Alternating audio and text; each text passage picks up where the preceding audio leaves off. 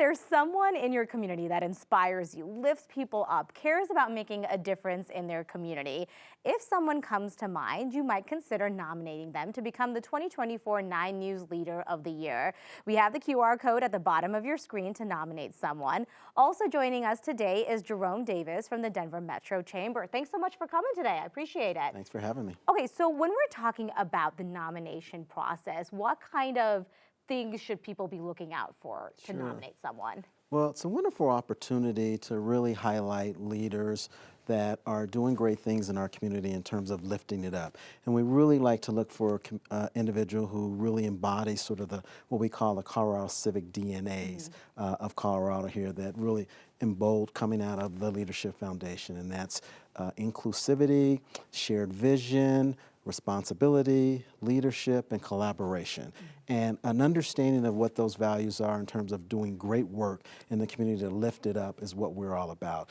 We are a community that basically goes about and educates and inspires individuals to be great civic leaders. It is so great every year to see these people being honored for the incredible work they do. Can you, for folks who may not be totally familiar, remind them of some of the past recipients and the kind of work they've done? Absolutely. So when we think about it, our first 9 News Leader of the Year was Rob Cohen, who was current CEO of IMA. And so that was now 26 years ago. We celebrated 25 years of leaders last year, which was outstanding.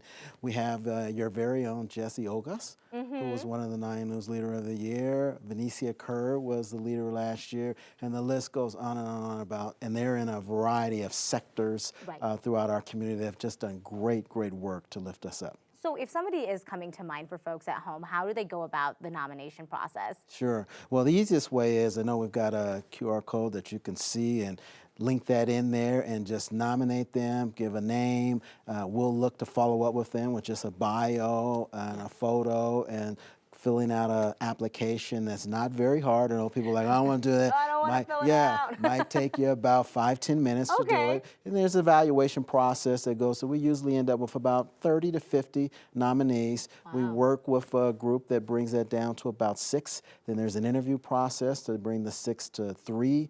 We then have an introduction of here are the finalists, typically in January, February of next year. And then we unveil live who that Leader of the Year is at our Leading Colorado Luncheon in April of next year. Wow. Okay, so what is the cutoff then? We're almost out of time, but just remind people of the cutoff. Cutoff is November 30th. Coming up, but if you happen to beg me really hard, I might let you slip in December 1st. You never know. Okay, all right. There's your little window in case you missed the deadline. I love that. Oh, well, I appreciate it. It's so wonderful to see this every year, to see who's nominated. It's very exciting. We appreciate your time. Thank you, and thank you for the partnership. Of course.